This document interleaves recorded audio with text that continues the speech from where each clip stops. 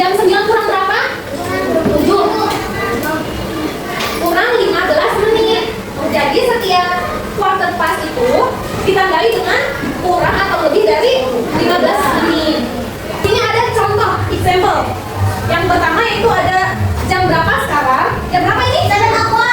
Ya betul, bahasa Indonesianya? 7. Ya, jam 7 pas.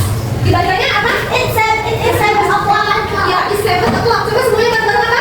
It's 7 o'clock. Betul, it's 7 o'clock. Jam berapa ini? It's 5 o'clock. Ya, it's 5 o'clock. Jam berapa bahasa Indonesianya?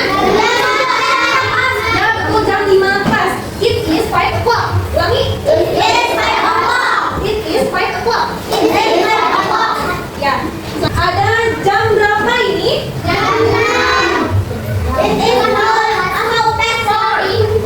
Jam ini menunjukkan jam setengah 5. Jam setengah 5 ya? Nah, bahasa Inggrisnya apa? It is 4. Ulangi coba. It is 4. Ya, betul. Yang kedua. It is 4:08. Ulangi semuanya. It is 4:08. It is 4:08, yaitu menunjukkan tadi sudah menjelaskan jam berapa ini? Jam 8 lebih 15 menit. Ya, betul. Jam 8 lebih 15 menit. Nah, di sini jam atau waktu itu sangat penting untuk kehidupan kita dalam kegiatan sehari-hari untuk pengaruh dan bisa kedepannya teratur. Kamu nanya deh, kalau mulai dari mandi kalian jam berapa? Jam 8. Paginya kalau pagi jam berapa?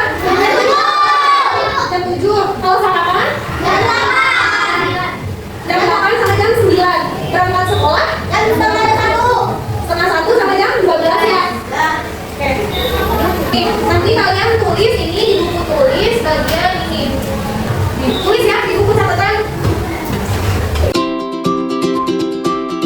Halo.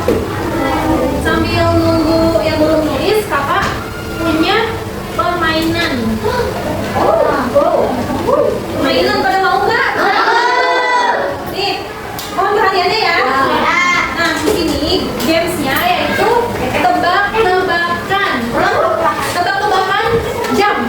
Nanti siapa cepat dia dapat. Nanti jika sudah tahu jawabannya langsung maju ke depan ya.